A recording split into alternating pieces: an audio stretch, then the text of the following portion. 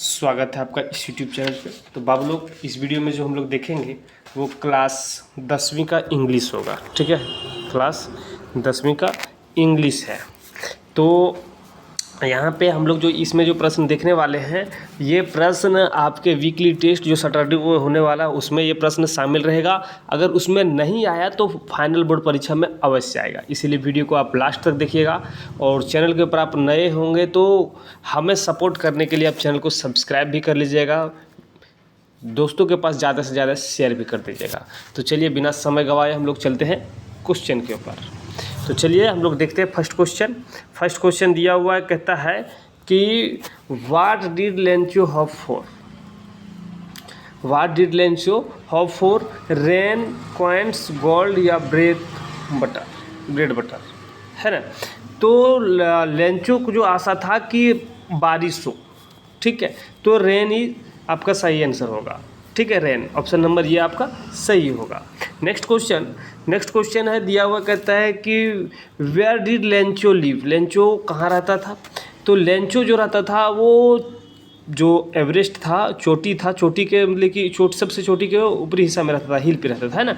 तो आपका ऑप्शन क्या होगा कि यहाँ पे जो ऑप्शन नंबर ये में दिया हुआ है, on the crest of yellow hill. ठीक है, आपका सही ऑप्शन नंबर ये हो जाएगा।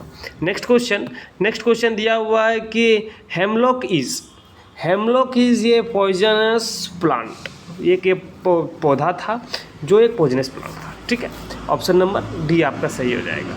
नेक्स्ट क्वेश्चन कहता है कि who wrote the poem fire and ice जो को किसने लिखा था, किसके द्वारा लिखित संपादित किया गया था। तो ये जो है वो रॉबर्ट फॉरेस्ट के माध्यम से लिखा गया था। ठीक है, इसके लेखक कौन है, रॉबर्ट फॉरेस्ट। ऑप्शन नंबर ये आपका सही होगा।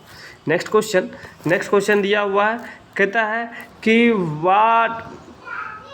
What was it that the nation needed to be liberated from.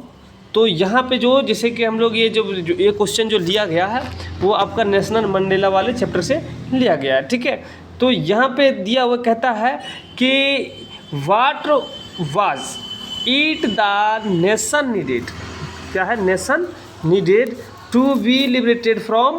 तो ऑल टोटल पार्ट्स इसमें जो दिया गया है, ऑल ऑफ एबव आपका सही आंसर हो जाएगा। ठीक है, एंड नेक्स्ट क्वेश्चन कि how many deputy president were elected African. ठीक है, अफ्रीकन नेशनल कांग्रेस जो था, मतलब कि अफ्रीकन नेशनल कांग्रेस अफ्रीका में जो जब उसको फ्रीडम मिला था तो वहाँ पे कितने डिप्टी प्रेसिडेंट चुना गया था। तो आप सभी को बताते चले कि टू नेशनल प्रेसिडेंट, मतलब 2 डिप्टी प्रेसिडेंट को इलेक्टेड किया गया था। ठीक है, तो आपका सही आंसर ऑप्शन नंबर बी होगा। ठीक है, चलिए आगे दिया हुआ कहता है कि how much money did Lencho receive from the post office employees.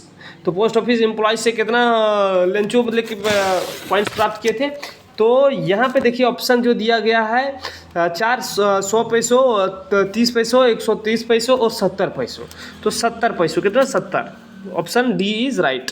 And next question कि who read the letter send by Lencho, Lencho के द्वारा जो भेजा गया था पत्र, उसको किसने पढ़ा था। तो पोस्ट मास्टर ने। किसने, पोस्ट मास्टर ने।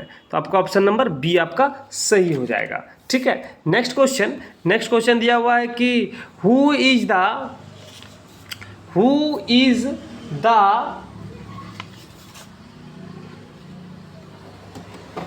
Daughter of national Mandela. तो नेशनल मंडेला के डॉक्टर का क्या नाम था वो पूछ रहा है आप लोगों से, है ना। तो यहाँ पे ऑप्शन नंबर ये में जो दिया हुआ है वो आपका सही हो जाएगा, जेनानी। ठीक है, क्या, ऑप्शन नंबर ये जेनानी। एंड नेक्स्ट क्वेश्चन कि who was sworn in as the first deputy president of South Africa is तबाबो मेबाकी। ठीक है, मेबेकी, जो ऑप्शन नंबर बी में दिया गया, आपका ये सही आंसर हो जाएगा। नेक्स्ट क्वेश्चन दिया हुआ है, कहता है देखिए सेक्शन बी में जो है और सेक्शन सी आप जी इस प्रकार से आपका प्रश्न पूछा जा सकता है कि हु वाज लेंचो, लेंचो कौन था, Lencho was a poor farmer. आप एक शब्द में शॉर्ट, वेरी शॉर्ट क्वेश्चन है तो इस तरह से आप लोग लिख सकते हैं। लेंचो कौन था? लेंचो एक गरीब परिवार, गरीब किसान था। फिर आगे कहता है कि when did south Africa become a democratic country, तो 26 अप्रैल 1994, ठीक है, 26 अप्रैल 1994 को ये डेमोक्रेटिक कंट्री बना था अफ्रीका, साउथ अफ्रीका, ठीक है। आगे right the opposite of impossible, मतलब कि इम्पॉसिबल, जो इम्पॉसिबल दिया गया है इसका एक अपोजिट वर्ड लिखना है। तो इम्पॉसिबल का अपोजिट वर्ड पॉसिबल, क्या होगा? पॉसिबल। तो आपका आंसर पॉसिबल हो जाएगा, ठीक है।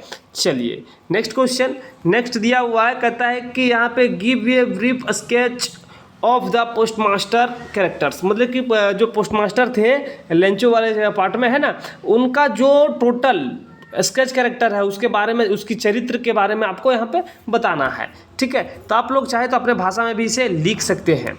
The post master was a gentle and kind person, ठीक है।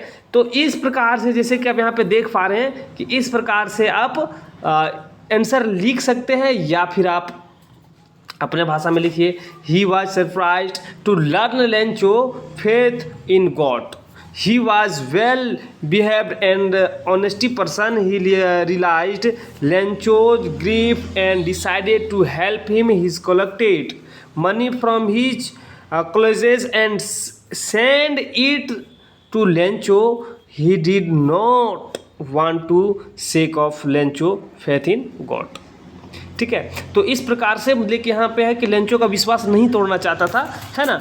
जो पोस्टमास्टर थे वो लेंचो का विश्वास गॉड के प्रति जो था उसको नहीं तोड़ना चाहता था, इसीलिए क्या किया उसने, अपने पैसे से, पर्सों से पैसा निकाला, जमा किया और लेंचो के पास भेज दिया, ठीक है। उसको रियलाइज़ हुआ कि लेंचो बहुत ज़्यादा ऑनेस्टी पर्सन है ना। इस प्रकार से आप इसका आंसर लिख सकते हैं। और एक और आप यहाँ पे इसमें देख लीजिएगा कि जो है लेंचो वाला, तो आप देख सकते हैं कि अधिकतर जो पूछा जाएगा, आप यहाँ पे दिया गया है, इसका ये प्रश्न अधिक पूछा जा सकता है, या जो अभी हम आपको ऊपर में शो किए। लेकिन अगर वो नहीं आता है तो इस चैप्टर से एक और क्वेश्चन है जो लेंचो का कैरेक्टर जो है, स्केच कैरेक्टर, ये पूछा जा सकता है। इसको आप लोग अपने भाषा में लिख सकते हैं, ठीक है, कि Lencho is the main character of the story of a letter to God. Letter to God के जो लेंचो जो है वो मेन कैरेक्टर है। He is a very hard working farmer and work like an ox in his field, मतलब एक बहुत ज़्यादा मतलब कि हार्डवर्क किसान था, जिस तरह से एक बैल अपने खेत में काम करता है उस भांति से। He has firm faith in God and believe that God is watching everything. His house was situated on the crest, मतलब पीक जिसको हम लोग कहते हैं सबसे ऊंचाई पर, ऑफ ए लॉफ हिल, ठीक है। उसका घर सबसे ऊपरी चोटी पर अवेलेबल था, ठीक है।